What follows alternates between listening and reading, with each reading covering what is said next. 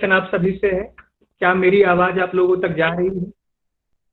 हाँ, आ रही है। यस सर आ यस रही सर, आ है। रही आ है। रही है। ओके। आ रही है सर। उसके बाद मैं स्क्रीन शेयर करता हूं, उसके बाद आप लोग मुझे बताइएगा कि आप लोगों को स्लाइड्स दिख रहे हैं या नहीं दिख रहे हैं। ओके।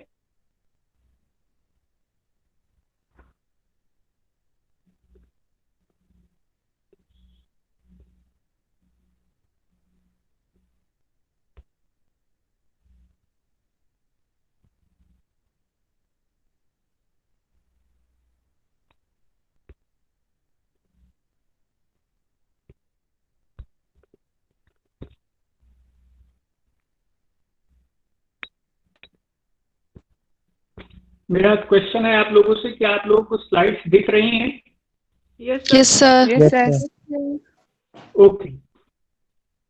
तो अब हम लोग अपनी क्लास आज की शुरू करते हैं। जहां कहीं भी आप लोगों को आवाज में दिक्कत हो, वहां पे आप लोग तुरंत मुझे रोकिएगा। ठीक है। आई होप कि सब लोगों ने क्लास ज्वाइन कर ली होगी। जिन लोगों ने ज्वाइन नहीं की होगी वो अभी ज्वाइन कर लेंगे उसको। ठीक है।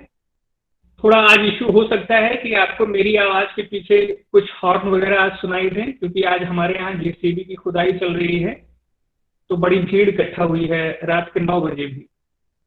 खैर, शुरू करते हैं आज का क्लास। ये हमारा 7वां लेक्चर है साइंस में, और आज का जो टॉपिक है वो है excretion and osmo regulation in human body, skin, skeleton and muscles. क्या क्या पढ़ेंगे हम? मानव शरीर में उत्सर्जन तंत्र, जो आपके वेस्ट प्रोडक्ट होते हैं वो कैसे बाहर निकलता है, उसका क्या सिस्टम है, उसके बारे में जानेंगे। परासरण नियंत्रण, ऑस्मो रेगुलेशन। ये ऑस्मो रेगुलेशन क्या बला है, किस चीज का नाम है, कैसे होता है, ये जानेंगे। अपने स्किन के बारे में, अपनी त्वचा के बारे में हम जानेंगे। और उसके बाद हमारा जो कंकाल है, हमारा जो बोन है, हमारा जो बोन का पूरा सिस्टम है, उसके बारे में जानेंगे। और मसल्स के बारे में जानेंगे अपने। ठीक है। देखिए, ये सब एक ही क्लास में इतने सारे टॉपिक्स पढ़ाने का क्या मतलब है? इसका सीधा सा मतलब ये है कि ऐसे टॉपिक्स बहुत ही सिलेक्टिव आते हैं एग्जाम में। तो अगर हम एक्सक्रीशन या एजेक्शन सिस्टम को डिटेल में पढ़ने जाएंगे तो वो फिर टाइम टाइम का वेस्ट करेंगे और कुछ नहीं, क्योंकि आने वाले हैं सिर्फ 2 सवाल और आप समय दे रहे हो उस पर 10 घंटे, तो उसका कोई विशेष मतलब नहीं पड़ेगा। ऐसे ही स्किन के बारे में। ठीक है। तो ऐसे टॉपिक्स कभी कभार आ जाते हैं 1-2 नंबर के, और जो क्वेश्चंस आते हैं आपके एग्जाम में वो पहले से पता होते हैं कि हाँ ये आ सकता है इस टॉपिक। तो उसी के बारे में आज हम लोग पढ़ते हैं। सबसे पहले हम लोग मानव शरीर में जो ऑस्मो रेगुलेशन होता है और उत्सर्जन होता है उसके बारे में पढ़ेंगे। And then we will move on to the skin, और फिर जो है हमारा स्केलेटन एंड मसल्स जो सिस्टम है उसके बारे में। तो सबसे पहले शुरू करते हैं उत्सर्जन तंत्र से। सबसे पहले शुरू करते हैं उत्सर्जन तंत्र से। देखिए, पिछले क्लास में हमने पढ़ा था डाइजेशन सिस्टम, पाचन तंत्र, कि हम जो कुछ खाते हैं वो हमारी बॉडी में पचता कैसे है। उसमें मैंने आपको एक चीज बताई थी कि लास्ट में जब हमारी लार्ज इंटेस्टाइन जो होती है, बड़ी आंत होती है, वहां पे सारा सब कुछ प्रोसीजर पूरा हो जाता है, जिसको लार्ज इंटेस्टाइन को हम लोग कोलन भी बोलते हैं। तो कोलन में जब सारा कुछ हो जाता है, सारा काम हो जाता है, जो वाटर एब्जॉर्ब होना था वो कुछ हो गया, उसके बाद जो कुछ बचता है, जो वेस्ट होता है, वो जाता है रेक्टम में, और उसके बाद वो एनस यानी गुदा द्वारा बाहर निकाल दिया जाता है। मैंने आपको बताया था कि उसको डिफेक्शन बोलते हैं, मल परित्याग। लेकिन ऐसा नहीं है कि हमारी बॉडी में जो वेस्ट होते हैं, जो कि बेकार की चीजें होती हैं जिसको हमारी बॉडी से बाहर निकालना जरूरी है, वो सिर्फ डाइजेशन सिस्टम से ही पैदा होती हैं या सिर्फ वहीं से निकलती हैं। हमारी बॉडी के अलग अलग हिस्से, हमारी बॉडी के अलग अलग जो अंग हैं, ऑर्गन्स हैं, वो सब कुछ ना कुछ वेस्ट निकालते हैं। अब वो कौन से अंग हैं, कौन से ऑर्गन्स हैं, वो जानने से पहले हमें ये जानना होगा कि हमारी बॉडी में कौन कौन से वेस्ट बनते हैं, कौन कौन से बेकार की चीजें, व्यर्थ पदार्थ जिनको आप शुद्ध हिंदी में बोलते हो, वो कौन कौन से हैं और वो क्या क्या कंटेन करते हैं, उनमें कौन कौन सा रसायन पाया जाता है। तो ये जो स्लाइड आपकी स्क्रीन में दिख रही है, इसमें यही बताया गया है कि हमारी बॉडी में कौन कौन से वेस्ट बनते हैं। तो जैसे आप पहला पॉइंट देख रहे होंगे नाइट्रोजन वेस्ट। मैंने पाचन तंत्र में आपको बताया था कि नाइट्रोजन हमारी बॉडी में स्टोर नहीं होता है, उसको हमारी बॉडी से रेगुलर बाहर निकाल दिया जाता है, और फिर अमीनो एसिड और फिर प्रोटीन। इसके बारे में मैंने आपको बताया था कि नाइट्रोजन से अमीनो एसिड से प्रोटीन बनता है। तो ये नाइट्रोजन हमारी बॉडी में रुकता नहीं है, ये नाइट्रोजन निकल जाता है, और भी बहुत सारी चीजों से आपके नाइट्रोजन बनते हैं। अब ये नाइट्रोजन किस रूप में बाहर निकलता है हमारी बॉडी से, ये जान लीजिए।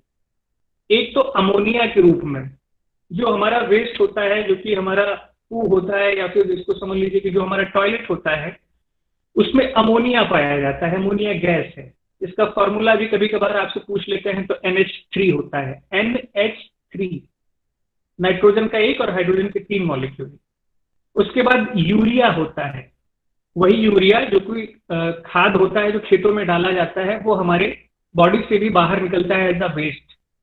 उसके बाद एक यूरिक एसिड होता है, ये भी एक ऐसा एसिड होता है जिसमें नाइट्रोजन होता है, वो भी एक वेस्ट के रूप में हमारी बॉडी से बाहर निकलता है।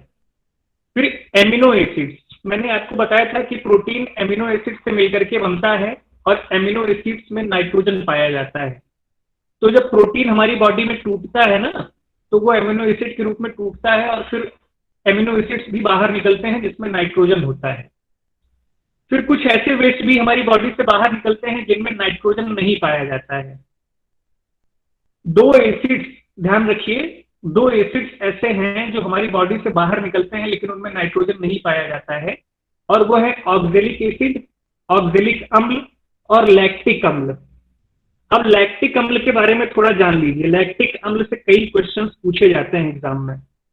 लैक्टिक अम्ल आपका जो दूध होता है उसको दही में बदलता है।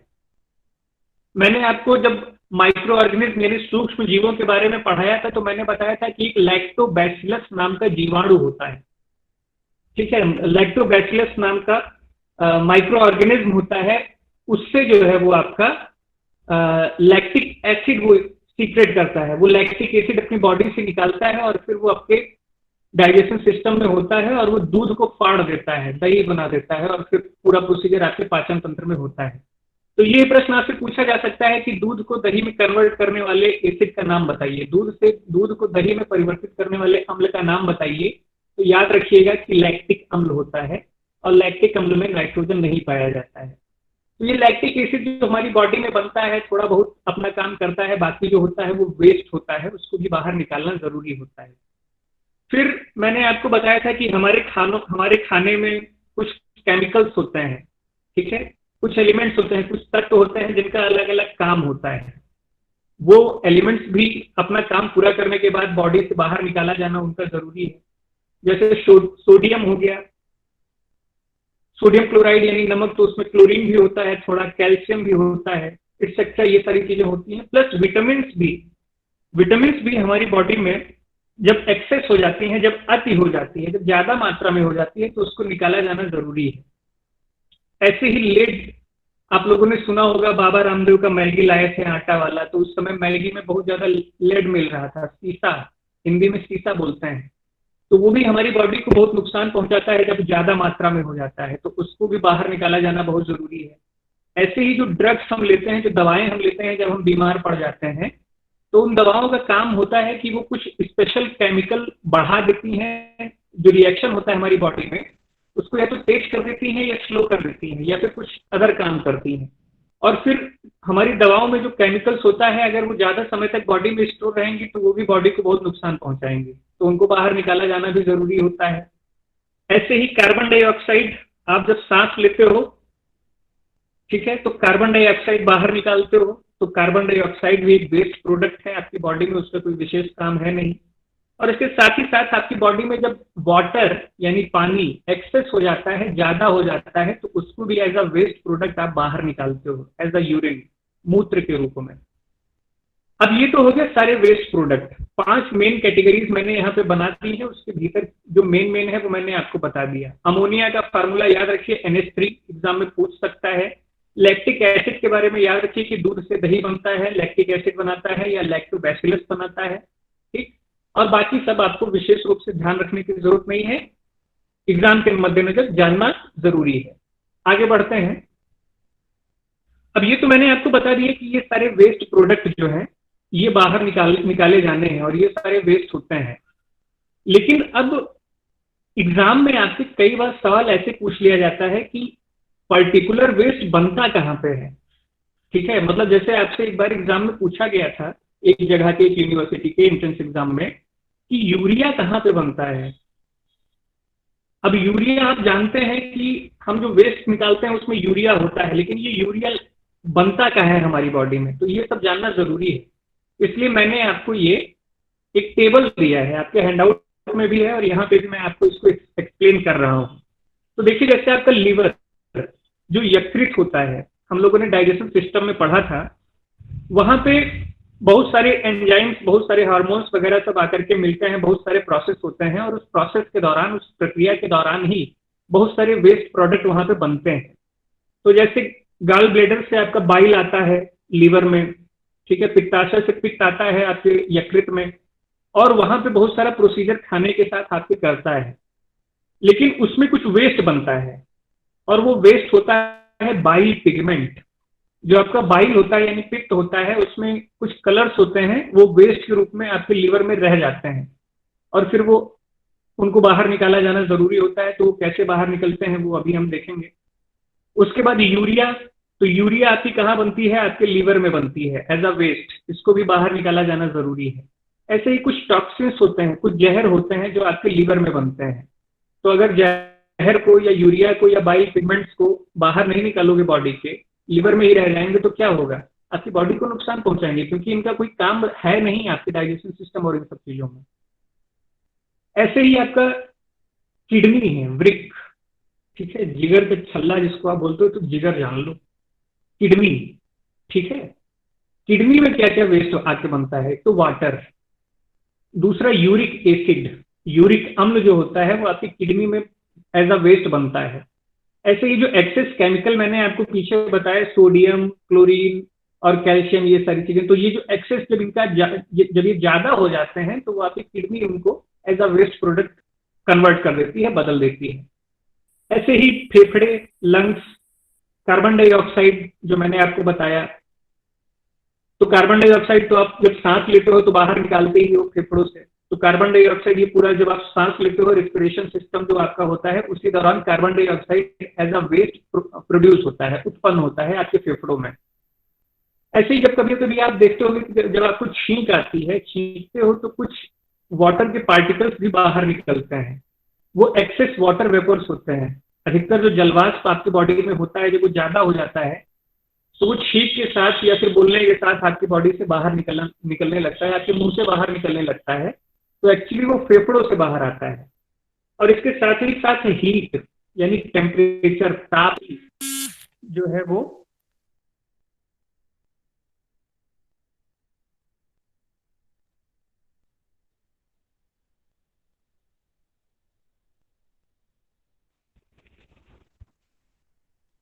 Hello hello. यस आवाज जा रही है? यस सर, आवाज आ रही है। यस सर, आ रही है। Okay okay.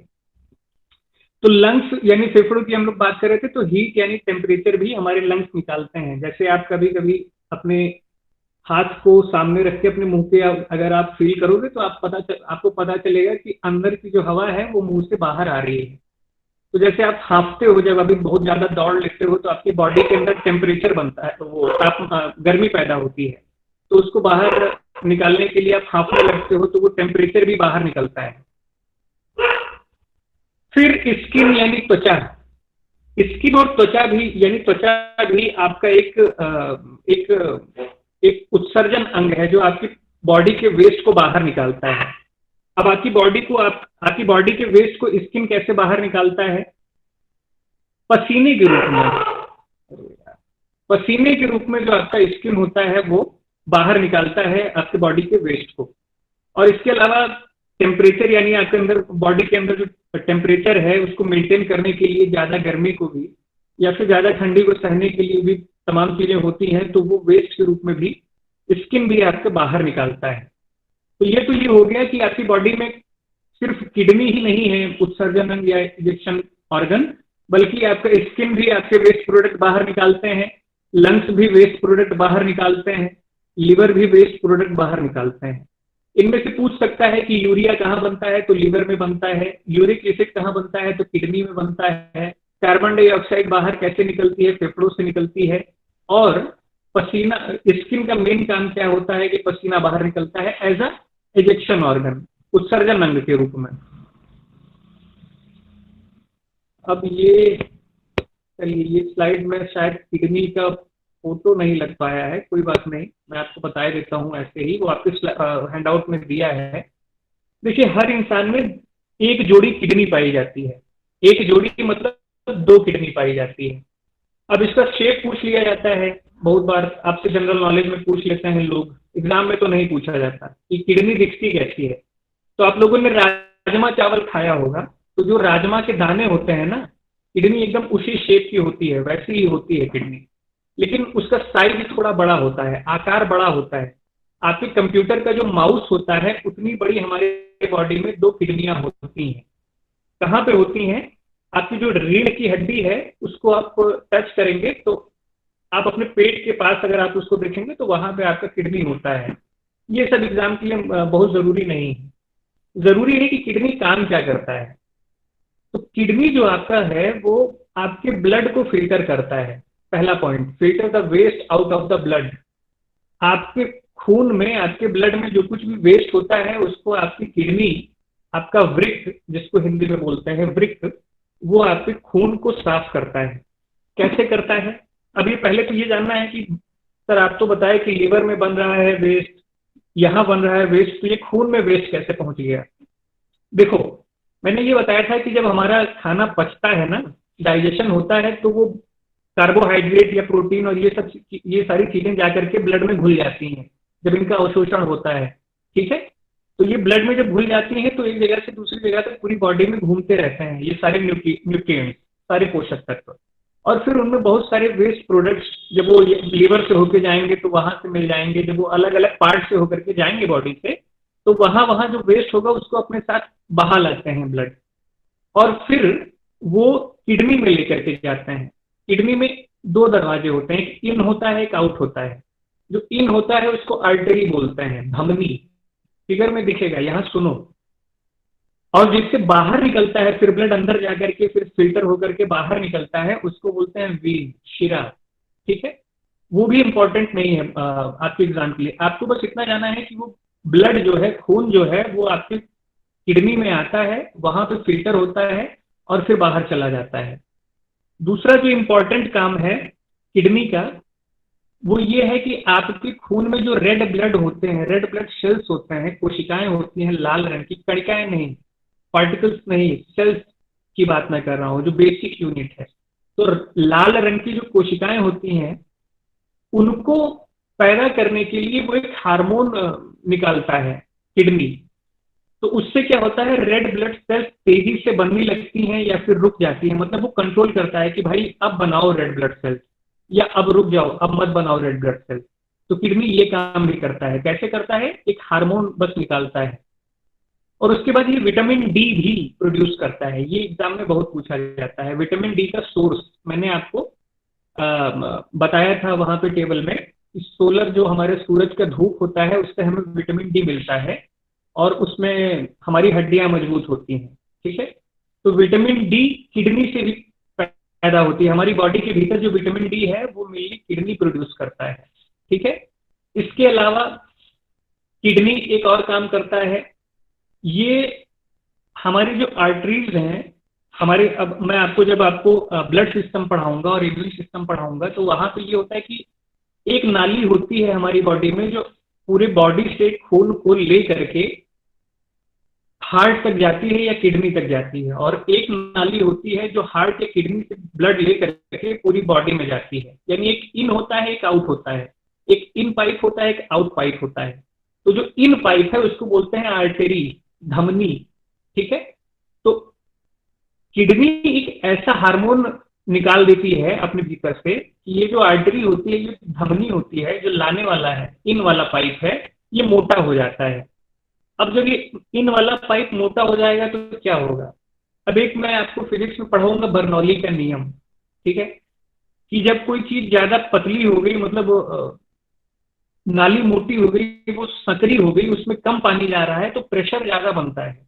ठीक है, उसके लिए आपको परेशान मत नहीं होना है, बस आप इतना जानिए कि एक ऐसा हार्मोन निकालता है जिससे जो धमनियां होती हैं वो सकरी हो जाती हैं। ठीक है, यानी वो पाइप मोटा हो जाता है तो उससे कम ही पानी जा पाता है, तो उससे प्रेशर बढ़ जाता है। और जब प्रेशर बढ़ जाता है तो बहुत ब्लड का जो हमारा प्रेशर है, वो ब्लड प्रेशर वो भी चेंज होता रहता है। तो हमारे ब्लड प्रेशर को कंट्रोल करने में भी किडनी का बहुत बड़ा योगदान है। और उसके बाद जो लास्ट है, जो मैंने शुरू में बताया था कि ऑस्मो रेगुलेशन, ध्यान दीजिए, ये आपसे एग्जाम में एक दो बार पूछा गया है कि ऑस्मो रेगुलेशन का काम कौन करता है। तो ऑस्मो रेगुलेशन का काम जो है वो किडनी करती है। अब ऑस्मो रेगुलेशन है क्या, ये जान लो। देखो, ऑस्मो रेगुलेशन को होम्योस्टेसिस भी बोलते हैं, स्टेसिस होम्योस्टेसिस भी बोलते हैं, इसको हिंदी में बोलते हैं परासरण दाब। अब ये क्या होता है इसको समझना जरूरी है, क्योंकि आपको याद करने में कठिनाई होगी, तो आसानी से इसको समझ लेते हैं। जैसे सीधा समझो कि आपकी बॉडी में 7 से 8 लीटर पानी हो सकता है। ठीक, अब मान लो किसी दिन बहुत ज्यादा गर्मी है और आपकी बॉडी से पसीना बहुत ज्यादा निकल रहा है, तो आपकी बॉडी में 7 से 8 लीटर पानी होना चाहिए। तो आपकी जो किडनी होगी वो मांग करेगी, डिमांड करेगी कि भाई हमें और पानी पिलाओ क्योंकि पसीना बहुत ज्यादा निकल रहा है। ठीक, और किसी किसी दिन पसीना नहीं निकलता है तो भी किडनी वो काम करेगी कि भाई पानी है, अभी और पानी मत पियो।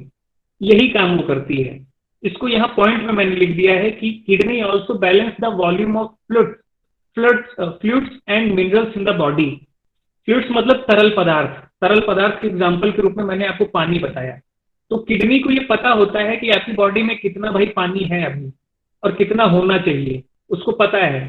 ठीक, तो वो उसी हिसाब से मेंटेन करता है। जब पानी कम हो जाता है आपकी बॉडी में तो वो बोलता है भाई लाओ और पिलाओ, और जब पानी ज्यादा हो जाता है तो बोलता है भाई इसको पहले निकालने दो बाहर और उसके बाद पीना। ठीक है, तो इस तरीके से वो पानी को, आपकी जो बॉडी में फ्लूइड है, तरल पदार्थ है, उनको नियंत्रित करता है। और इसमें लिखा हुआ है कि मिनरल्स को भी नियंत्रित करता है। तो ये जो मिनरल्स होते हैं, ये लवण होते हैं, ये उसी में घुले होते हैं, उसी तरल पदार्थ में घुले होते हैं। कैसे, अभी आगे हम देखते हैं। तो ऑस्मो रेगुलेशन का मतलब आप समझ लीजिए कि यही होता है, ये हमारे बॉडी में जो तरल पदार्थ है और जो लवण है उनको मेंटेन करता है, उनको कम या ज्यादा नहीं होने देता है, या अगर कम या ज्यादा होते हैं तो उसी हिसाब से सिग्नल भेजता है हमारे दिमाग को कि भाई अब ज्यादा हो रहा है या भाई अब कम हो रहा है। और ये कहाँ होता है ऑस्मो रेगुलेशन या होम्योस्टैसिस, ये आपकी किडनी में होता है। ठीक है, अब किडनी से रिलेटेड एक और क्वेश्चन बहुत पूछा जाता है, वो ये है कि किडनी का फंक्शनल और स्ट्रक्चरल यूनिट क्या होता है। देखिए, फंक्शनल और स्ट्रक्चरल यूनिट के बारे में मैंने आपको बताया था। फंक्शनल यूनिट की वो सबसे छोटी इकाई जो सारा काम करती है। तो हमारी बॉडी का फंक्शनल यूनिट क्या है, हमारे शरीर का सेल यानी कोशिका।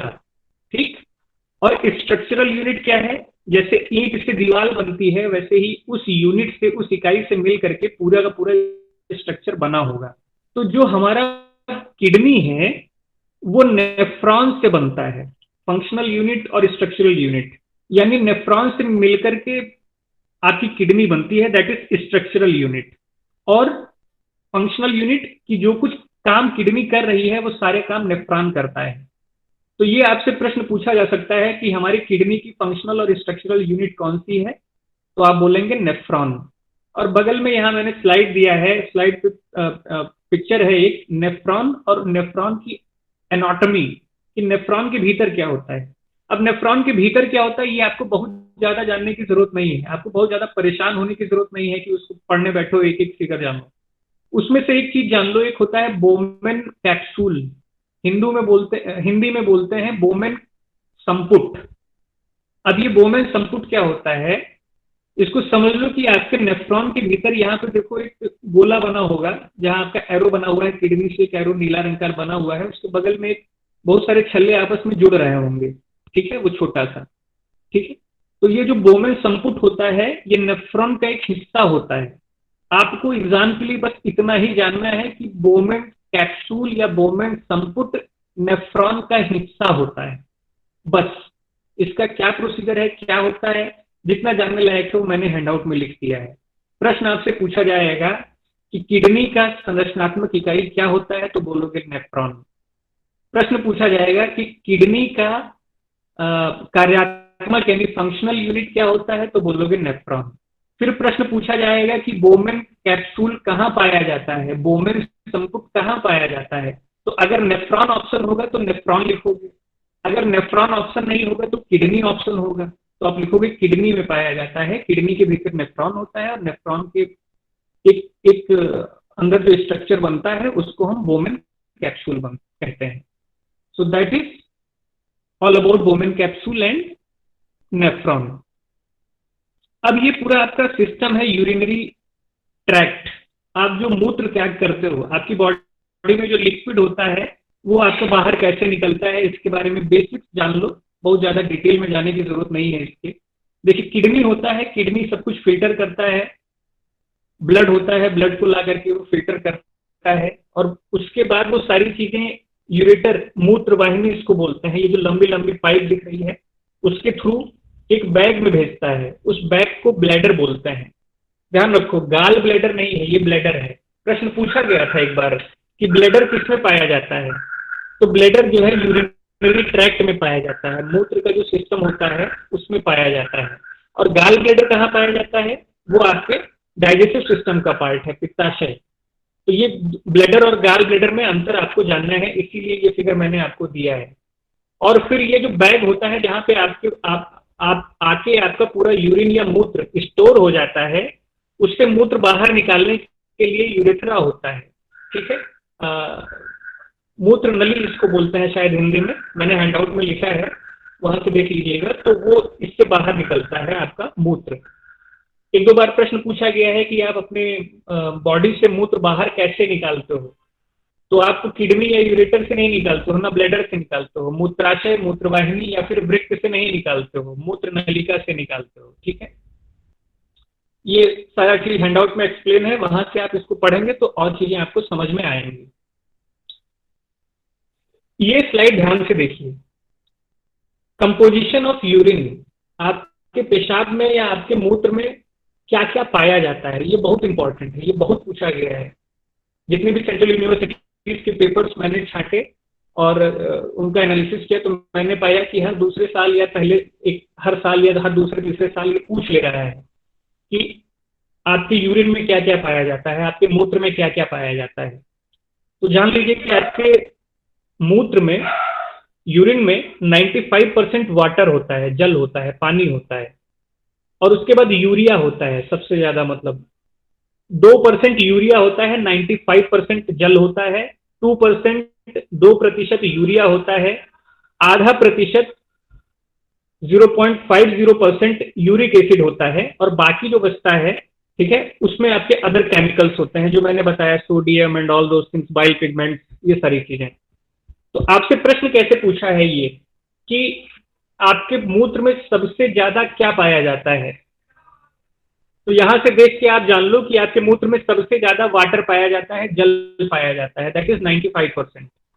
फिर एक बार एक जगह पे क्वेश्चन पूछा था कि आपके मूत्र में निम्नलिखित में से क्या पाया जाता है, और फिर उसमें ऑप्शन दिया था बहुत सारा, उसमें एक ऑप्शन था यूरिया, तो आपके मूत्र में यूरिया पाया जाता है। उसमें वाटर ऑप्शन नहीं दिया था, उसमें यूरिक एसिड ऑप्शन नहीं दिया था, उसमें किसी केमिकल का नाम नहीं दिया था, उसमें ऐसे अनर्गल 3-4 चीजें जोड़ दी थी और उसके ऑप्शन में से पूछ लिया था। तो आपको ये पता होना चाहिए कि आपके पेशाब में, आपके मूत्र में, आपके यूरिन में यूरिया पाया जाता है। इसके अलावा आपके यूरिन में यूरिक एसिड पाया जाता है, एक प्रकार का एसिड होता है और वो यूरिक एसिड कहलाता है, तो वो भी आपके यूरिन में पाया जाता है। अब कुछ चीजें और यहाँ पे जानने लायक हैं जो मैंने हैंडआउट में लिखी हैं, यहाँ स्लाइड में नहीं लिखाई है ताकि आप कंफ्यूज ना हो।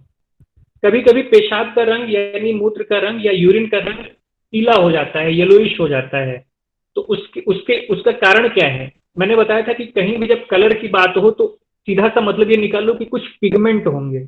पिगमेंट क्या होते हैं, पिगमेंट ऐसे सेल्स होते हैं, ऐसी कोशिकाएं होती हैं जो कलरफुल बनाती हैं किसी चीज को, तो एक पिगमेंट पाया जाता है। वो पिगमेंट क्या है, हैंडआउट में है, उसको ध्यान से पढ़िएगा कि उसी के कारण हमारे यूरिन का कलर जो होता है वो पीला होता है, ठीक है।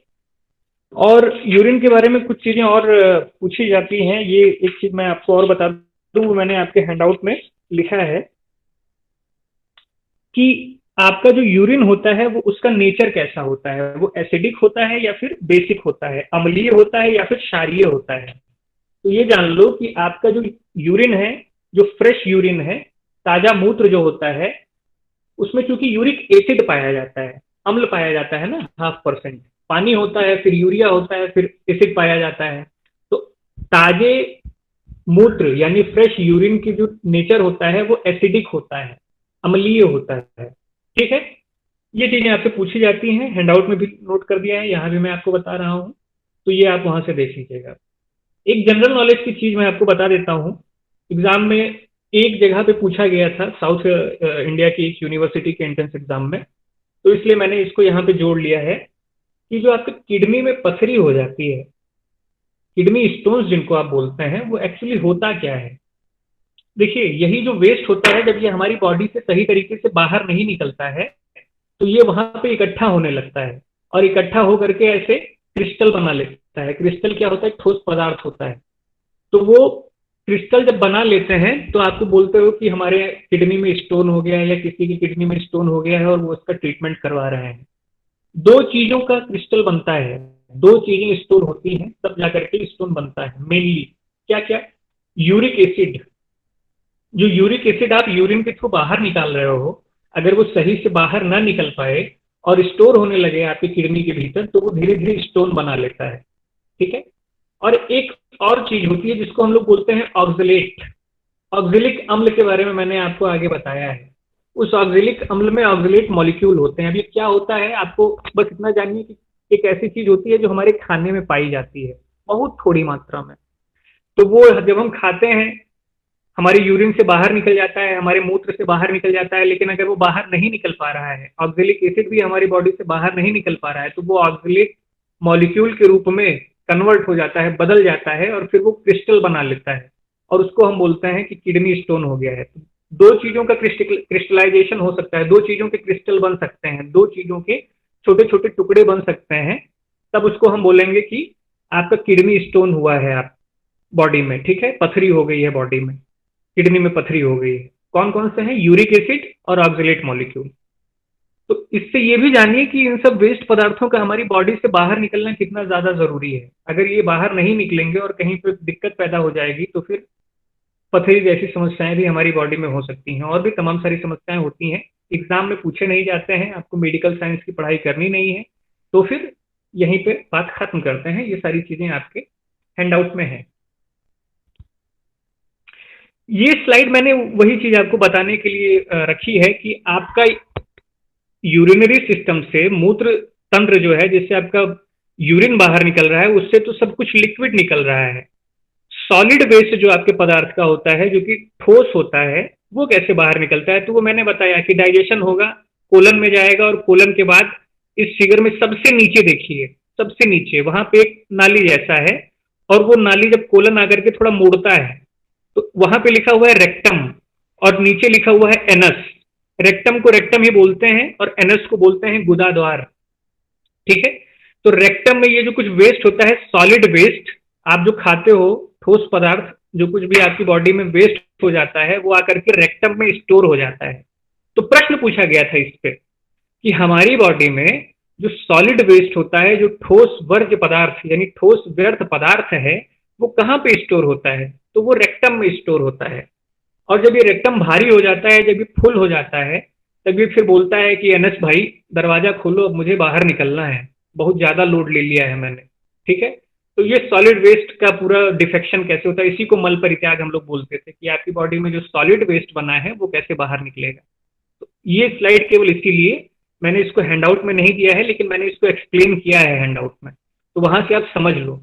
तो दो चीजें बहुत दिमाग में बैठा लो कि सॉलिड वेस्ट निकलने का सिस्टम अलग है बॉडी में, वो डाइजेशन होगा और उसके बाद रेक्टम में जाएगा, स्टोर हो जाएगा, रेक्टम से फिर एनएस गुदा द्वारा बॉडी से बाहर चला जाएगा। और लिक्विड जो वेस्ट होगा हमारी बॉडी में, वो किडनी वगैरह फिल्टर करेंगे, और फिर वो यूरिनरी ट्रैक्ट द्वारा, हमारा जो मूत्र तंत्र है उसके द्वारा बाहर निकल आएंगे। ठीक। तो लिक्विड और सॉलिड का अलग अलग सिस्टम है, भगवान ने ऐसी मशीन बनाई है हमारी बॉडी को। तो ये सारी चीजें जो मैंने आपको बताई हैं, ये आपके हैंडआउट में है, और आपके उत्सर्जन तंत्र से इन्हीं में से प्रश्न पूछे जाते हैं, इसके बाहर कुछ नहीं। अब अगर आप चाहो तो यूट्यूब पे जाकर के 1.5-2 घंटा वेस्ट करो, मैंने आधे घंटे में सब कुछ बता दिया, इसके बाहर कुछ पूछा नहीं जाएगा, तो वेस्टेज ऑफ टाइम है। आपको बीए की पढ़ाई करनी है, पॉलिटिकल साइंस, साइकोलॉजी, है ना, हिस्ट्री वगैरह की, साइंस में पीएचडी नहीं करनी है, तो इसीलिए मैं कहता हूँ वेस्ट मत कीजिए अपने टाइम को।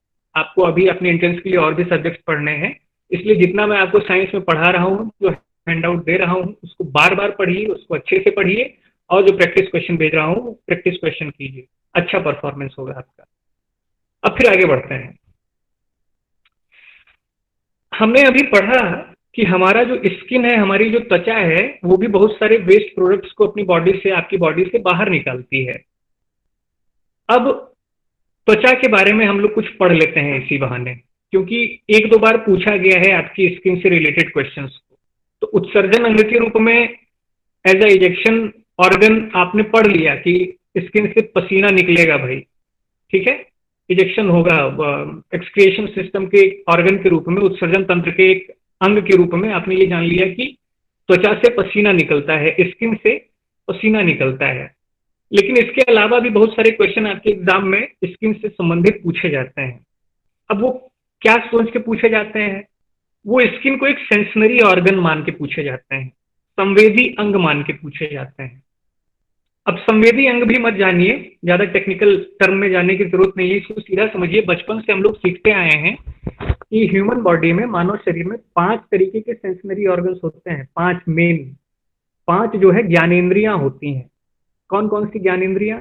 आपका स्किन होता है जिससे आप टच करते हो, आपका टंग होता है, जीभ, जिससे आप कोई चीज टेस्ट करते हो, आपका नोज होता है जिससे आप कोई चीज स्मेल करते हो, सूंघते हो, नाक, आपका आंख जिससे आप कोई चीज देखते हो, और फिर आपका कान यानी ईयर, उससे क्या करते हो, आप किसी चीज को सुनते हो। इसमें से टंग के बारे में जितना कुछ आपके एग्जाम में पूछा जाता है वो हम लोगों ने डाइजेशन सिस्टम में पढ़ लिया। वो टेस्ट बड, स्वाद कलिकाओं के बारे में, कि हमारी बॉडी, हमारे टंग के, हमारे जीभ के कौन से अंग, कौन से पार्ट से हम कौन सा टेस्ट जो है वो फील करते हैं। आज हम स्किन के बारे में पढ़ेंगे, बाकी 3 सेंसनरी ऑर्गन्स रह जाएंगे, नाक, आंख और कान। अब आंख और कान के बारे में खूब क्वेश्चन पूछा गया है, तो अगले लेक्चर में आपको नाक और कान के, आंख और कान के बारे में भी बताऊंगा, और वहीं पर नाक के बारे में भी बता दूंगा। आज क्या पढ़ेंगे? स्किन के बारे में पढ़ेंगे। जीभ के बारे में पढ़ चुके हैं जितना हमें पढ़ना है, ठीक है। इसका भी फिगर यहाँ पे नहीं आया है, चलिए ये फिगर है, ये तीनों स्लाइड्स में कॉमन है। पहले इस फिगर को देखिए और कुछ मत देखिए। स्किन से रिलेटेड जो भी क्वेश्चन आपसे पूछे जाते हैं वो ये पूछा जाता है कि आपके स्किन में कितने लेयर्स होते हैं, आपकी स्किन में कितने लेयर्स होते हैं, उन लेयर्स के कुछ स्पेशल काम होते हैं, उन कामों के बारे में भी आपसे एग्जाम में खूब पूछा गया है। तो इस फिगर को देखिए, इसमें सबसे नीचे देखिए, सबसे नीचे एक लेयर है जिसपे लिखा हुआ है सबक्यूटेनस फैट, वसा। जब हम लोग न्यूट्रिशन के बारे में पढ़ रहे थे तो हम लोगों ने फैट के बारे में पढ़ा था, तो हमने ये कहा था कि जो हमारा फैट होता है वो हमारे स्किन के नीचे स्टोर हो जाता है। तो वही जो फैट है ना हमारे खाने का, वो हमारे स्किन के सबसे नीचे वाले लेयर को बनाता है। फिर उसके ऊपर जो लेयर होती है, उसके ऊपर की जो परत होती है उसको बोलते हैं डर्मिस, और जो सबसे ऊपर की परत होती है उसको बोलते हैं एपिडर्मिस। अब इस फिगर को ध्यान में रखिए और फिर पीछे की स्लाइड पे चलिए। एग्जाम में आपसे पूछा जाता है कि एपिडर्मिस क्या है। इस फिगर को देखिए, एपिडर्मिस क्या है? ऑप्शन दिया रहता है कि एपिडर्मिस हमारे त्वचा या हमारे स्किन की सबसे बाहरी परत होती है, तो आप उस पर टिक कर देंगे। ऑप्शन भी ऐसे आते हैं, या ऐसा प्रश्न पूछा जाता है कि हमारे स्किन या हमारी त्वचा के सबसे बाहरी परत को क्या बोलते हैं, तो उसको एपिडर्मिस बोलते हैं। अब एपिडर्मिस का काम क्या है? एपिडर्मिस का काम है नई स्किन की जो नई नई कोशिकाएं होती हैं उनको बनाना। कैसे? इसको आसानी से समझो, ज्यादा परेशान होने की जरूरत नहीं, ध्यान से सुनो। कभी कभी आप देखते होगे अपने हाथ पे कि आपकी जो चमड़ी होती है ना, वो छूट रही होती है, टूट रही होती है, उधड़ रही होती है ना? क्यों होता है? क्योंकि ये स्किन की सेल्स हैं जो कि मर रही हैं। तो हर महीने क्या होता है, हर महीने, 2 महीने, 3 महीने पे हमारा जो नीचे का लेयर है, फैट वाला लेयर और फिर डर्मिस, वहां पे कोशिकाओं का निर्माण शुरू होता है, स्किन की कोशिकाओं का, और फिर वो ऊपर आती हैं धीमे धीमे, और एपिडर्मिस पे आकर के वो अपना लेयर बना लेती हैं। लेकिन जैसे ही ये एपिडर्मिस पे आती हैं ये डेड हो जाती हैं, ये मर जाती हैं और फिर ये उजड़ना शुरू कर देती हैं। तो एपिडर्मिस का काम क्या है कि नीचे की जो नई कोशिकाएं बन रही हैं डर्मिस और फैट के रीजन में बहुत सारी, उनको आप ऊपर लाइए और हमारी जो त्वचा है उसको एक नए लेयर से ढक दीजिए। दूसरा बहुत इंपॉर्टेंट क्वेश्चन है, हमारे स्किन का रंग कौन डिसाइड करता है? फिर मैंने कहा कलर जहां पे आ जाए वहां पे सीधा एक कॉन्सेप्ट दिमाग में लाओ, पिगमेंट, वर्णक।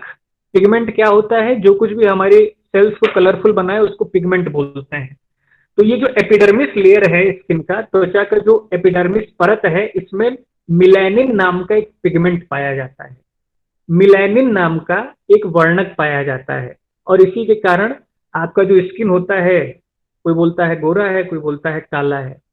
सूरज जब चमकता है, आप धूप में बाहर निकलते हो ना, तो वो सूरज को एब्जॉर्ब कर लेता है। कौन? मिलेनिन वर्णक, मिलेनिन पिगमेंट। तो आपकी जो त्वचा है वो डार्क हो जाती है। मिलेनिन जब ज्यादा हो जाता है तो आपकी त्वचा डार्क हो जाती है, ठीक है, गहरे कलर के हो जाते हैं आप। ये मिलेनिन के बारे में आपको जानना चाहिए, हैंडआउट में भी दिया है, एग्जाम में कई बार पूछा गया है, इसको ध्यान से रखिए, ध्यान से याद कीजिए। और फिर प्रोटेक्टिंग योर बॉडी, ये रेशे आपकी बॉडी पे निकले रहते हैं, आपकी स्किन पे देखिए छोटे छोटे बाल हैं। तो ये जैसे आप आग के पास जाओ तो आपके रेशे तुरंत बता देते हैं कि भाई आग है आगे, मत जाओ वरना जल जाओगे। तो आपकी स्किन पे ये जो रोए होते हैं ये पहले आपको पता बोल देते हैं कि भाई आगे खतरा है या आगे क्या है।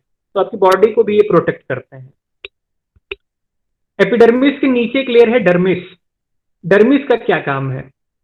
पसीना जो हमारी स्किन में बनता है, जो बाहर निकलता है, वो डर्मिस में बनता है, एपिडर्मिस में नहीं बनता। एपिडर्मिस में मैंने ये 3 काम आपको बता दिया, बस यही 3 काम होते हैं, हैंडआउट में भी दिया है। पसीना बनेगा डर्मिस में, और जब आप कोई चीज टच करते हो तो आपका जो डर्मिस लेयर होता है वो बताता है कि आपने टच किया। अब ये डर्मिस बताता है, डर्मिस बताता नहीं है, वो बस फील कर देता है कि हाँ ये चीज है। बताता आपका दिमाग है। आपका डर्मिस लेयर आपके दिमाग से जुड़ा होता है। तो जब आप किसी चीज को टच करते हो तो ये फिर आपके दिमाग को सिग्नल भेजता है कि भाई साहब ये छुआ, ये क्या है। तो फिर पूरी बॉडी आपकी काम करती है। तो वो बोलता है कि डर्मिस भाई, दिमाग आपके डर्मिस लेयर से बोलता है कि डर्मिस भाई ये जो है आप फोन छू रहे हो, ठीक है। इसके अलावा ये जो रोए हैं आपकी बॉडी के, जो कि एपिडर्मिस पे निकलते हैं और आपकी बॉडी को प्रोटेक्ट करते हैं, इनकी जड़ें कहाँ होती हैं? इनकी जड़ें यही डर्मिस में होती हैं। ये डर्मिस में ही बढ़ते हैं, ग्रो कहाँ करते हैं? डर्मिस में। उसके बाद ये तेल भी बनाता है। आपकी स्किन रफ ना हो, आप बहुत सारे वो लगाते हो ना, मॉइस्चराइजर, है ना, तो क्यों उसका एड वगैरह देखोगे जब कभी वैसलीन वगैरह का, तो वो बोलते हैं कि ऐसे बढ़ा के दिखाते हैं कि आपकी त्वचा की जो सेल्स हैं, कोशिकाएं हैं, वो डेड हो गई हैं, इनको बहुत ज्यादा मॉइस्चराइजर की जरूरत है, इनको नमी की जरूरत है। तो वो एक्चुअली होता क्या है कि डर्मिस में तेल भी बनता है जो हमारे स्किन को सॉफ्ट बना के रखता है, रैशेस नहीं आने देता है, ऐसे खरोच वगैरह नहीं आने देता है। तो वो तेल बनाने का जो काम होता है वो डर्मिस में होता है। जब ये कम हो जाता है तो फिर वैसलीन वाले बोलते हैं कि ऊपर से डालो भाई, ऊपर से तेल लगाओ, ठीक है। और इसके अलावा आपकी बॉडी में जो खून आता है, बहुत सारे लोगों का अगर आप हाथ वाथ टच करो तो कह देते हो कि भाई ऐसा स्किन है कि खून फेंकता है, लाल लाल पूरा। तो वो जो खून आता है वो डर्मिस वाले लेयर में आता है, ठीक है। फिर तीसरा लेयर है फैट लेयर। फैट लेयर का क्या रोल है? वही फिगर में देखिए, डर्मिस को आपकी बॉडी, आपका जो मसल्स है, आपका जो बोन्स है, उससे जोड़ता है। सबसे नीचे का लेयर ये होता है। और आपके जो ब्लड वेसल्स होती हैं, जो डर्मिस में जाकर जाती हैं, रक्त वाहिकाएं जिससे ब्लड आता है, जिससे खून आता है, वो डर्मिस में जाती हैं, तो उनको रास्ता वगैरह देता है। नर्व सेल्स, क्योंकि डर्मिस ही काम कर रहा है वो टच करने का, तो वो दिमाग से ले जाने वाला जो नाली है ना, उसको भी रास्ता देता है फैट। इंपॉर्टेंट काम क्या है? वो ये है कि ये आपकी बॉडी के टेम्परेचर को मेंटेन करता है, फैट लेयर। ये प्रश्न में पूछा जाता है कि स्किन में बॉडी टेम्परेचर को कंट्रोल करने वाला लेयर कौन सा है, तो आप याद रखिए फैट लेयर। और इसके अलावा इसका नाम फैट लेयर क्यों है? क्योंकि यहाँ पे फैट स्टोर होता है। बस स्किन के बारे में आपको इससे ज्यादा कुछ नहीं जानना है। 16-17 क्वेश्चन पेपर 5-6 यूनिवर्सिटीज के मैंने देखे, जो कुछ भी पूछा जा रहा है इसी में से पूछा जा रहा है, इसके बाहर कुछ नहीं पूछा जा रहा है, ठीक। स्किन खत्म हो गया। अब क्या बचता है आज? मसल्स के बारे में बचता है और हड्डियों के बारे में, ये कंकाल के बारे में बचता है। अब यहाँ पे आपको क्लास में लेक्चर के दौरान मैंने सिर्फ एक स्लाइड पे फिगर दिखा दिया है। जो कुछ लिखा है वो मैंने लिखा है आपके हैंडआउट में। क्यों? क्योंकि जो क्वेश्चन पूछे जा रहे हैं वो ऐसे पूरा डिटेल में आपसे नहीं पूछ रहा है कि आपके कंकाल में क्या क्या है, कैसे कैसे हो रहा है। तो जो बेसिक चीजें हैं कि ये क्या काम करते हैं, कैसे क्या होता है, ये यहीं पे मैं आपको बता देता हूँ। और बाकी जो इम्पोर्टेंट है वो मैंने वहां पे हैंडआउट में लिखा है और आगे की स्लाइड्स में भी है। तो इसमें देखो एक ब्लू कलर का दिख रहा होगा। देखो जो आपका, पहले ये जान लो कि आपका जो कंकाल तंत्र होता है, जो क्वेश्चन पूछा जा रहा है वो मानव के कंकाल तंत्र के बारे में पूछा जा रहा है, ह्यूमन स्केलेटन सिस्टम के बारे में पूछा जा रहा है, और किसी जानवर की हड्डियों और उसके कंकाल या ढांचे के बारे में नहीं पूछ रहा है। तो इसका काम क्या होता है? ये हमारी बॉडी को एक ढांचा देते हैं, एक स्ट्रक्चर देते हैं कि भाई ये है ऐसे ऐसे, इसी पे अपना मसल्स लाके चढ़ा दो, फिर उसके ऊपर स्किन चढ़ा दो, बस इंसान तैयार हो जाएगा। तो ये ढांचा देते हैं। जैसे आप लोगों ने देखा होगा दुर्गा पूजा वगैरह में मूर्तियां बनती हैं, तो पहले उसका ढांचा बनाते हैं, उसमें पुआल वगैरह, फिर मिट्टी से लीचे वगैरह है, उसके ऊपर सारी मिट्टी लगा के फिर आंख और ये देवी जी को बनाते हैं, है ना। तो ये ढांचा देता है स्केलेटल सिस्टम। अच्छा, मैंने वर्ड लिखा है मस्कुलो स्केलेटल सिस्टम, मांसपेशी कंकाल तंत्र। क्यों? क्योंकि मांसपेशी और कंकाल को मैं एक में करके पढ़ाई दे रहा हूँ आपको। एग्जाम में बस उतना ही पूछा जा रहा है कि इसको हम 5 मिनट में पढ़ लेंगे। तो ये जो नीला वाला दिख रहा है, अभी जो आपका कंकाल तंत्र है, स्केलेटल है, वो 2 हिस्सों में विभाजित होता है। एक तो ऐसा होता है जो आपको सीधा सपोर्ट देता है, आपको खड़ा होने में मदद करता है, ठीक है।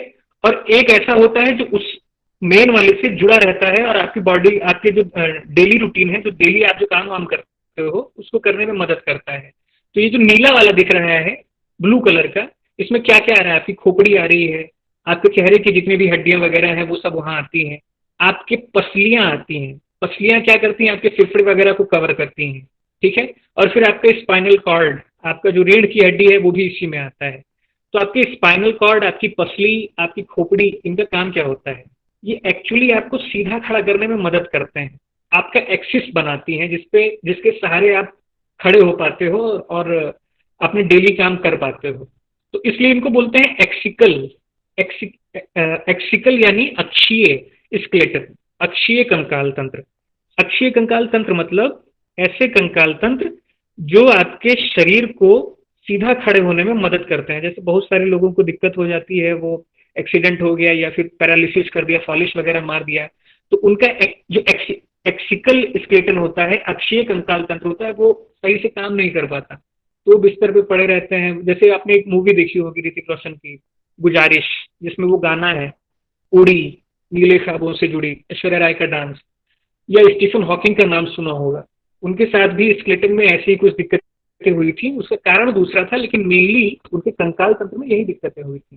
तो ये सारी चीजें आप ध्यान रखिए। और उसके बाद जो रेड वाला दिख रहा है उसको बोलते हैं एपेंडिकुलर स्केलेटन, अनुबंधीय कंकाल तंत्र। अनुबंधीय मतलब इन्होंने समझौता कर लिया है कि भाई हमें भी काम करना है, ये हम हाथ में हम मिलते हैं, हम पैर में मिलते हैं, तो हमें भी काम करना है, तो हमें भी थोड़ा सहारा दे दो, अपने से लटका लो, तो सारा काम हम भी करते रहेंगे। तो इसमें देखो आपके कंधे की जो हड्डियां हैं वो आपकी पसलियों के पीछे से जाती हैं और वहां पे पूरा सिस्टम जुड़ा होता है, उससे टंगी होती हैं। आपके हाथ के जो है वो भी टंगी किससे हैं? नीले वाले से टंगी है, अक्ष से टंगी है, एपेंडिकुलर स्केलेटन।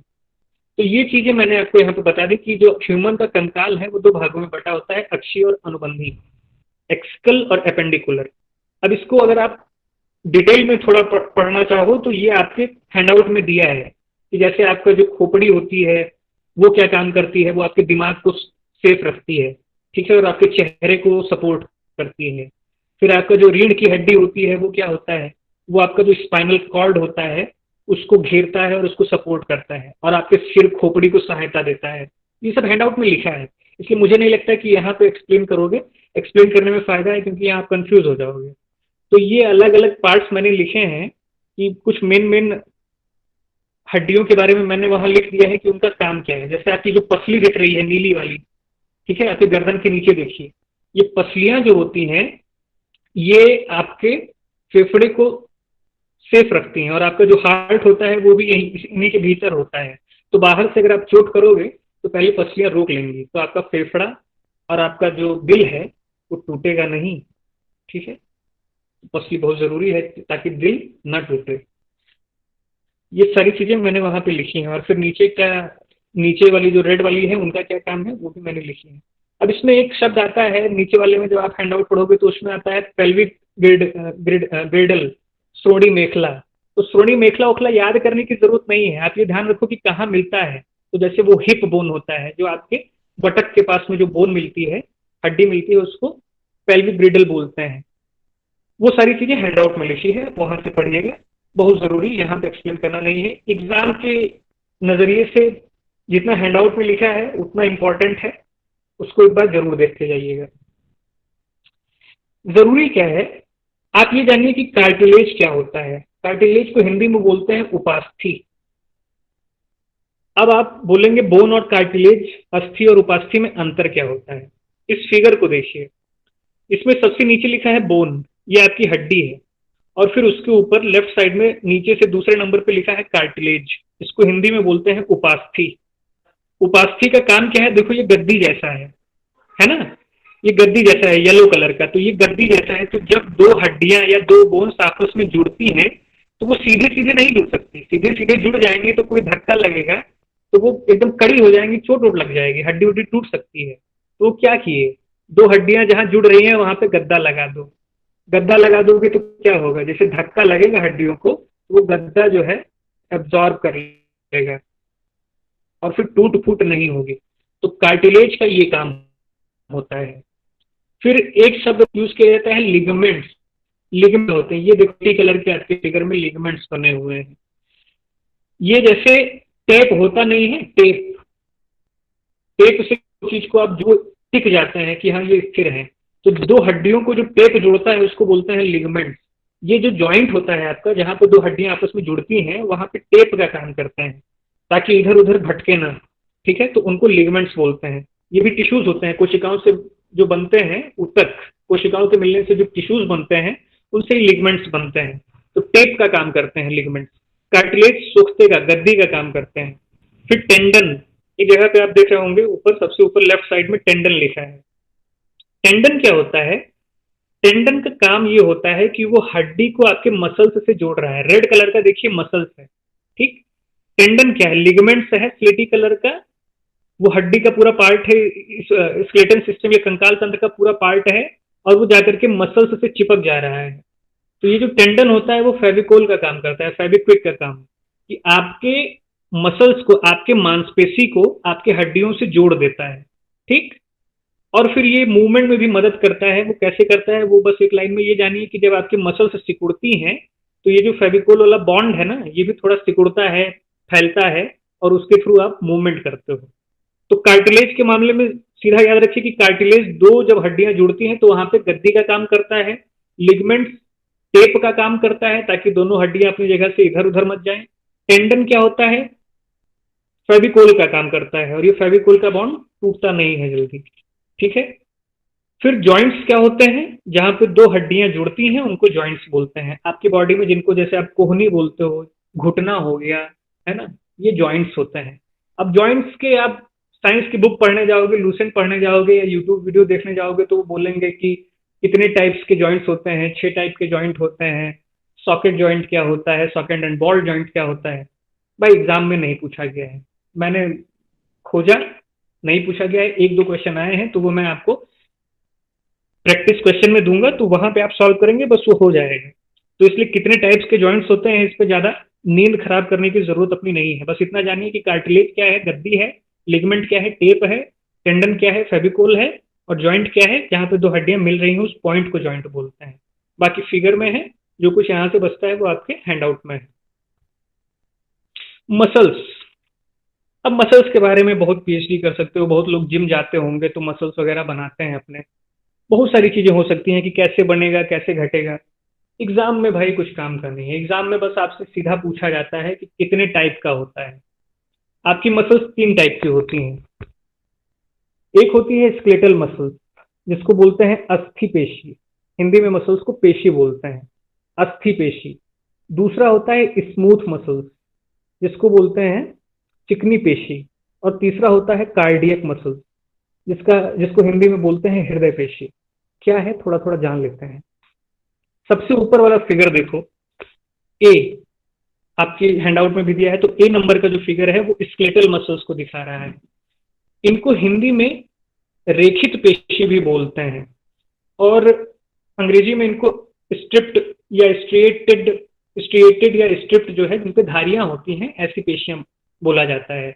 क्यों बोला जाता है? इनका फिगर देखो, ऐसे धारी नहीं बनी हुई है बड़ी बड़ी, तो इसी के कारण इनका जो नाम पड़ा है वो रेखित पेशी या स्केलेटल मसल्स पड़ा है।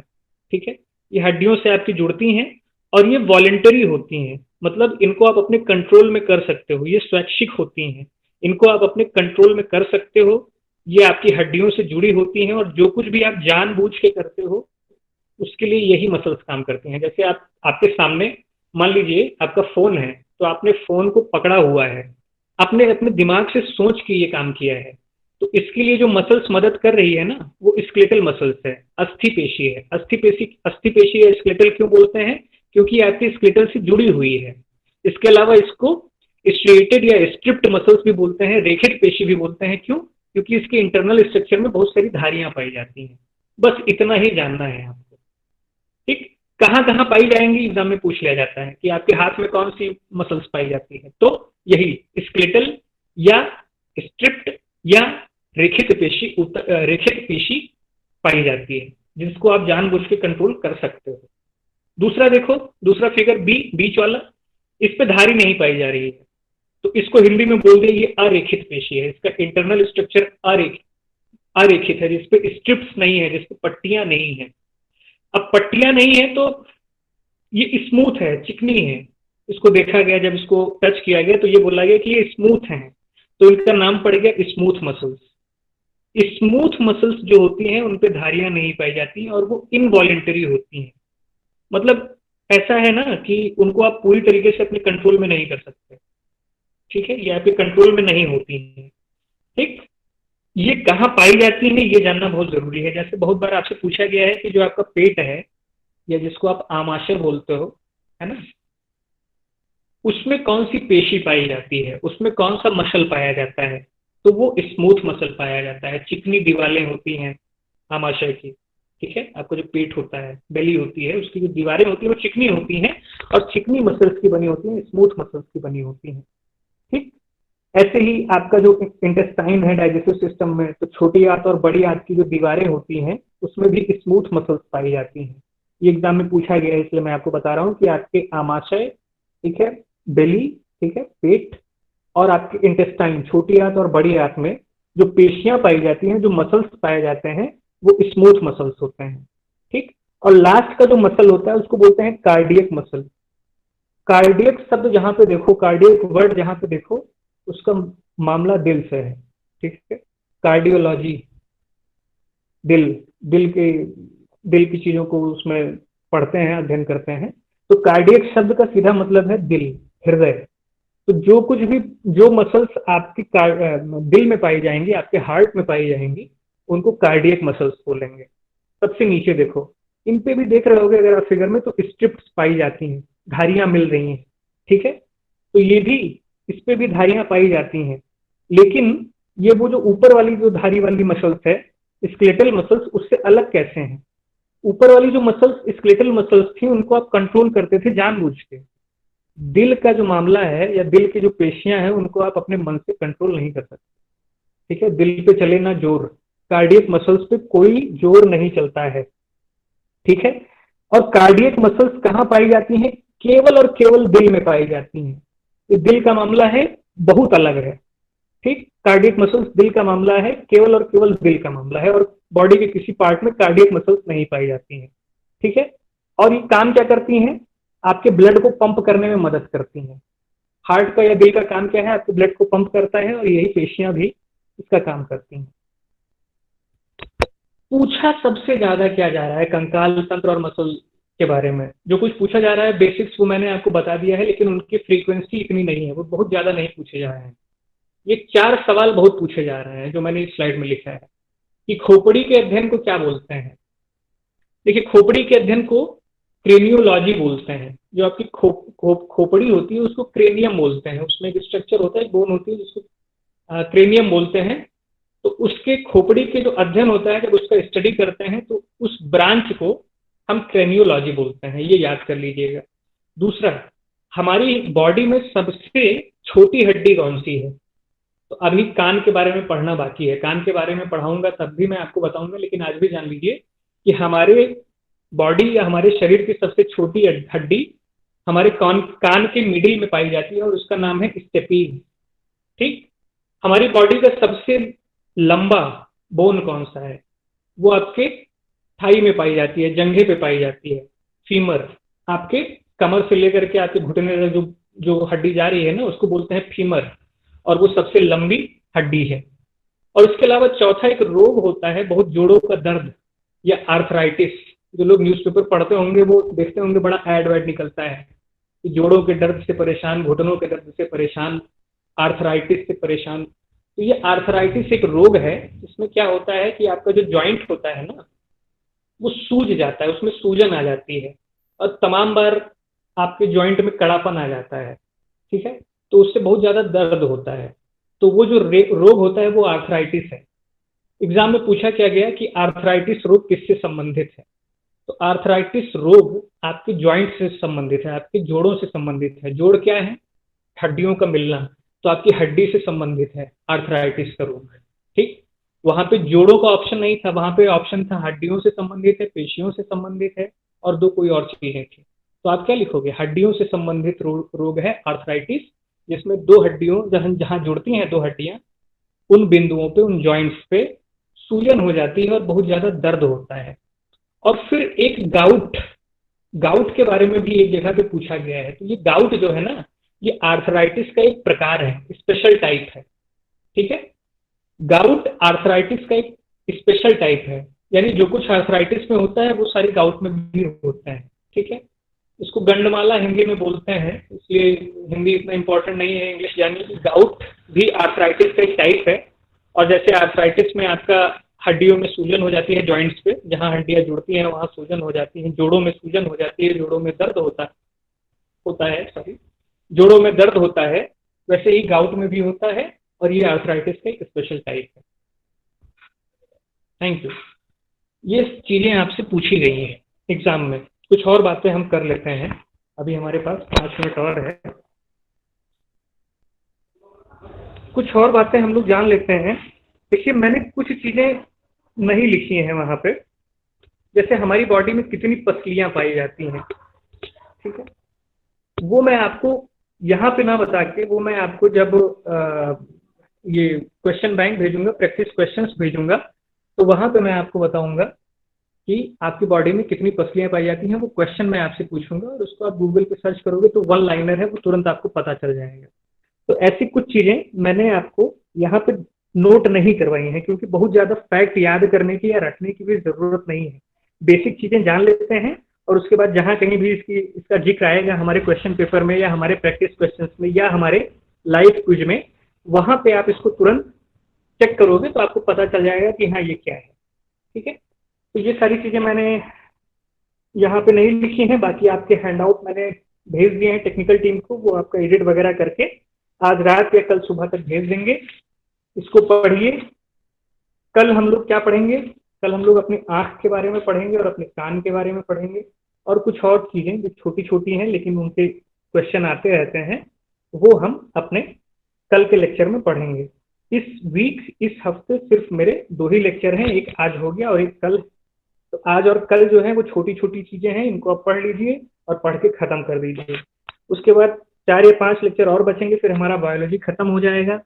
फिर हम लोग एक लेक्चर या 2 लेक्चर केमिस्ट्री पे और एक लेक्चर फिजिक्स पे देखेंगे, और उसके बाद जो कुछ भी हमें साइंस में करना होगा वो हम वहां से देखते रहेंगे। किसी को कोई क्वेश्चन हो अभी तक जो आज मैंने पढ़ाया उसमें, या फिर पीछे जो पढ़ाया गया है उसमें, या कोई चीज ना समझ में आ रही हो, कोई सिस्टम ना समझ में आ रहा हो, तो उसके लिए आप लोगों के पास 5 मिनट का टाइम है। 1 बाय 1 करके पूछ लीजिए, मैं एक एक का नाम ले रहा हूँ, आप लोग बताइए। अदिति, कोई क्वेश्चन? सर, जो आप डर्मिस बताए हैं हम्म, और फिर उसका मतलब वो क्या यूज, फिर एक बार फिर से बता सकते हैं? ओके। देखो डर्मिस, मैंने स्किन के बारे में बताया तो उसमें मैंने बताया कि 3 लेयर होते हैं। सबसे ऊपर वाला जो लेयर है वो एपिडर्मिस है, और सबसे नीचे वाला जो लेयर है वो फैट है। ठीक है। बीच वाला जो लेयर है वो उसको डर्मिस बोलते हैं। अब डर्मिस का क्या रोल है, डर्मिस के क्या क्या काम है, वो मैंने हैंडआउट में लिखे हैं, वहां से आपको पढ़ने को मिलेगा। मैं अभी बता दे रहा हूँ फिर से कि जो पसीना बनता है ना, वो आपके डर्मिस में बनता है। ठीक। जब आप चीजों को फील करते हो तो वो डर्मिस फील करता है। आपका जो स्किन देख रहे हो ना आप, इसकी सबसे ऊपर वाली जो परत है ये खोल चढ़ा हुआ है। आप अपने आपके हाथ से कभी कभी ऐसे उघड़ता होगा, छूटता होगा। ठीक है। वो जो छूटता है वो एपिडर्मिस है। और उसके नीचे क्या है, नीचे डर्मिस है। तो जब कोई चीज आप फील कर रहे हो, जब कोई चीजें आप टच करते हो, तो वो कौन टच कर रहा है, एपिडर्मिस या डर्मिस? डर्मिस टच कर रहा है। डर हाँ। हाँ। समझ रही हो ना, वो डर्मिस टच करता है। ठीक है। एपिडर्मिस नहीं भी होगा, एपिडर्मिस अगर छिल जाएगा, निकल जाएगा, जिसको बोलते हैं वो उघड़ जाएगा, तो भी डर्मिस फील करके बताएगा कि चीज ये है। इसके अलावा जो आपके रोए होते हैं, जो बाल होते हैं, वो भी डर्मिस में ही बढ़ते हैं। ठीक है। अरे सीधी उसको बोलने दो भाई, क्यों म्यूट कर रहे हो सब लोग। और उसके अलावा तेल बनता है, मॉइस्चराइजर, जो आपकी स्किन को नम रखता है। ठीक है। वो भी डर्मिस में बनता है। और जो चीजें हैं वो आपके हैंडआउट में लिखी है, वहां से आप देख लो। ठीक है। और कोई question Aditya? No sir. Okay. Aditya, Aditya Yadav भाई, कोई क्वेश्चन आपका? लग रहा है आदित्य सो गए भाई, सुनते सुनते। चलिए अंकिता, कोई क्वेश्चन? यस सर, एक्चुअली मुझे वो समझ में नहीं आया था कि आर्टरी का रोल क्या होता है। किसका रूल? आर्टरी, धमनी जिसको बोलते हैं सर। हाँ देखो, उसको अभी देखो, दो चीजें होती हैं हमारी बॉडी में। जो ब्लड होता है उसको लाने और ले जाने का काम दो अलग अलग पाइप से होता है। जैसे मान लो एक गड्ढा है, ठीक है, स्विमिंग पूल मान लो। तो स्विमिंग पूल में पहले से कुछ पानी भरा हुआ है।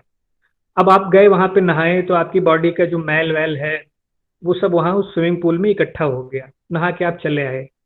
अब मैं गया स्विमिंग पूल में नहाने, तो मैंने कहा पहले स्विमिंग पूल को खाली करो और ये जो बेकार पानी है इसको बाहर निकालो, और फिर ताजा पानी भरो, है ना, उसके बाद मैं नहाऊंगा। तो पानी निकालने के लिए एक अलग पाइप होगी। जो पानी है ना, जिसमें पहले से गंदगी वगैरह है, उसको निकालने के लिए अलग पाइप होगी। और उस स्विमिंग पूल में नया पानी या ताजा पानी भरने के लिए एक अलग पाइप होगी। ठीक। अगर एक ही पाइप हो तो क्या करोगे, पहले एक पाइप लगा के आप सारा पानी बाहर निकालोगे, उसके बाद फिर उसी पाइप को लगा के ताजा पानी आप अंदर डालोगे, तो उसमें बहुत टाइम वेस्ट होगा। और उसमें कुछ और भी दिक्कतें हो सकती हैं, उस उतना जाने की जरूरत नहीं है। तो ये जो अलग अलग पाइप हैं, एक इन पाइप होता है, एक आउट पाइप होता है। इन पाइप अंदर ले जाता है, आउट पाइप किसी चीज को बाहर लाता है।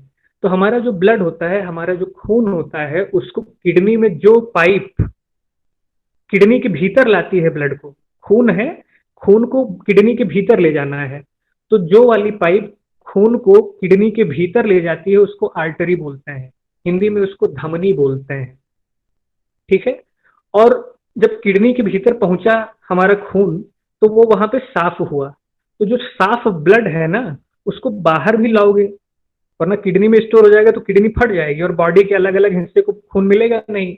तो वहां पे वो साफ भी हो रहा है और फिर बाहर भी निकल रहा है। तो जो साफ खून को बाहर निकालने वाला पाइप है, आउट पाइप है, उसको हम बोलते हैं वेन, यानी शिरा। VEIN, वेन, वेन मतलब शिरा। इसको सीधा सिंपल समझो, जैसे आपका फिल्टर है, आपके घर में जो आरओ लगा हुआ है वैसे। तो उसमें एक पाइप से आपकी टोटी का पानी फिल्टर के भीतर जाता होगा, और दूसरी पाइप से बाहर आता होगा, फिल्टर होकर के कुछ वेस्ट निकलता होगा, जो आपके बर्तन धुलने के काम में जो पानी आता है वो। और एक टोटी लगी होती है जिसका पानी हम लोग पीते हैं। तो ये जो टोटी जिसका पानी हम लोग पीते हैं, ये क्या है, वीन है, क्योंकि इससे फिल्टर पानी, ताजा पानी बाहर आ रहा है। और गंदा पानी या हमारी टंकी का पानी आरओ के भीतर किससे जा रहा है, आर्टरी से भीतर जा रहा है, धमनी से भीतर जा रहा है। बाहर किससे आ रहा है, वीन यानी शिरा से बाहर आ रहा है। और वो जो पाइप जो आपके आरओ में वेस्ट पानी निकालता है ना बाहर, जिसको बाद में बहुत लोग स्टोर करके बर्तन धुलने का काम करते हैं, उसको समझ लो कि किडनी यूरिनरी ट्रैक्ट बनाया है, उससे आपका जो मूत्र है, आपका यूरिन है, वो बाहर निकल रहा है। तो आरओ को देख करके आप पूरा किडनी का फंक्शन समझ सकते हो। किडनी डायलिसिस के टेक्निक पे काम करता है, आरओ भी डायलिसिस के टेक्निक पे काम करता है। अब वो क्या है उसके बारे में जानने की यहाँ जरूरत नहीं है। तो आर्टरी का मतलब है जो गंदे खून को अंदर लाए, और वीन का मतलब है जो साफ खून को बाहर ले जाए। ठीक है अंकिता, यस सर। समझ में आया? Yes sir. हाँ ठीक है, और कोई इशू होगा तो आप बताइएगा। चलिए अनुष्का, कोई क्वेश्चन? नहीं सर। ओके, आस्था, कोई क्वेश्चन? आप एक बार ना स्किन के बारे में फिर से बता दीजिए। स्किन के बारे में? स्किन के बारे में देखो, आपका क्वेश्चन जो पूछा जाता है वो आपके लेयर्स के बारे में पूछा जाता है कि स्किन में कितने लेयर होते हैं। तो स्किन में 3 लेयर होते हैं। अपनी 3 उंगलियां तुम उठाओ, ठीक है? तीनों उंगलियों में तीनों उंगलियों में जो बीच वाली उंगली है उसको डर्मिस बोलते हैं। जो सबसे ऊपर वाली उंगली है ना उसको एपिडर्मिस बोलते हैं, और जो सबसे नीचे वाली उंगली है उसको हम बोलेंगे फैट लेयर। यानी 3 लेयर होते हैं हमारी स्किन में। सबसे ऊपर वाला जो लेयर है उसको एपिडर्मिस बोलते हैं। हमारे स्किन की जो चमड़ी होती है उसको हम बोलते हैं एपिडर्मिस, ठीक? उसके नीचे डर्मिस होता है, जो दिखता है तुमको लाल लाल दिख रहा है ना, वो डर्मिस है। और उसके भी नीचे फैट लेयर है। फैट लेयर का नाम फैट लेयर क्यों है? क्योंकि हम जो खाते हैं तो जो फैट बनता है वो हमारे स्किन के नीचे वाले लेयर में स्टोर होता है, इसलिए उसको फैट लेयर बोलते हैं। उसका क्या क्या काम है हैंडआउट में लिखा है। उसके बाद ये जो दिख रहा है लाल रंग का, ठीक है, उसको डर्मिस बोलते हैं। वहां पे बहुत सारे काम होते हैं, वहां पे तेल बनता है, वहां पे आप किसी चीज को टच करते हो तो डर्मिस बताता है हमारे दिमाग को कि ये हमने टच किया है, ठीक है? डर्मिस के ये सारे काम है। वो और भी कुछ काम है, वो मैंने हैंडआउट में लिखा है, जब उसको आप पढ़ोगे तो पता चलेगा। आपके जैसे जो रोए होते हैं स्किन के, वो आपके डर्मिस से निकल के बड़े होते हैं, बीच वाले लेयर से निकल के बड़े होते हैं, ठीक है? और जो सबसे ऊपर का लेयर है खाल, है ना, खाल जो होता है, जैसे बहुत लोग स्कूल वगैरह में आप लोगों ने देखा होगा कि अब आलपिन ले करके अपने हाथ में ऐसे अपने स्किन से निकाल के आर पार कर देते हैं। तो वो कौन से लेयर से आर पार करते हैं? एपिडर्मिस से आर पार करते हैं। अगर एपिडर्मिस से नहीं करेंगे, डर्मिस में घुसेंगे, तो डर्मिस में ब्लड वेन्स आती हैं। वो जो खून की वाहिकाएं होती हैं जो खून लाती हैं, वो वहां पे पाई जाती हैं। उनको चोट पहुंचेगी बस खून निकलना शुरू हो जाएगा। तो वो जो कलाकारी करते हैं आल्पिन वाली, वो एपिडर्मिस से करते हैं, ठीक है? ऐसा है। और उसके बाद फिर आपके हैंडआउट में जो कुछ दिया है उसको आप वहां से जान लेना। समझ में आया कुछ क्या कह रहा हूँ स्किन के बारे में? हाँ हाँ आया। है ना, समझ रहे हो? सबसे ऊपर जो कवर चढ़ा हुआ है उसको हम बोलते हैं एपिडर्मिस। फिर उसके नीचे जो कुछ मटेरियल है मोटा, वो डर्मिस है। और उसके नीचे जो फैट है उसको फैट लेयर बोलते हैं। क्या क्या काम है वो हैंडआउट में लिखा है, बस उतना जान लोगे हो जाएगा। आज ही नहीं, हमेशा के लिए कोई भी एग्जाम दोगे उतना ही पूछा जाता है और नहीं। ठीक? ठीक है। ठीक है, ओके। गरिमा, कोई क्वेश्चन? ये सर एक क्वेश्चन है, थोड़ा सा डिफरेंट है, मसल से रिलेटेड है, पूछ सकते हैं? हेलो हाँ पूछो पूछो। सर, है question, the muscle fatigue occurs due to the release of, options भी हैं, बताओ। Lactic acid, acetylcholine, adrenaline, acetic acid. Okay, देखो आगे के लेक्चर में, अभी आपके कुछ लेक्चर्स बचे हाँ, कल हुए भी हैं, बता सकते हैं, कल भी बता सकते हैं। मैं आपको बता रहा हूँ यहीं पे।